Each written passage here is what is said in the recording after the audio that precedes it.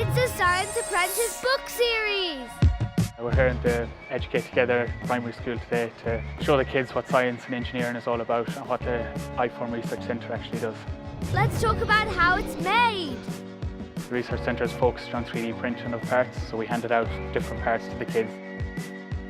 I had a look at the hand, it's like a hand, and they took a picture of the person's hand and then they 3D printed it. If I could make anything, I would make a mansion. I would make a dinosaur. I would 3D print food.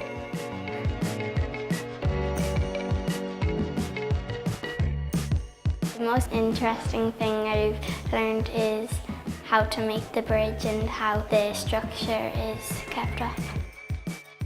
I'm making a tower about the size of my friend Oscar.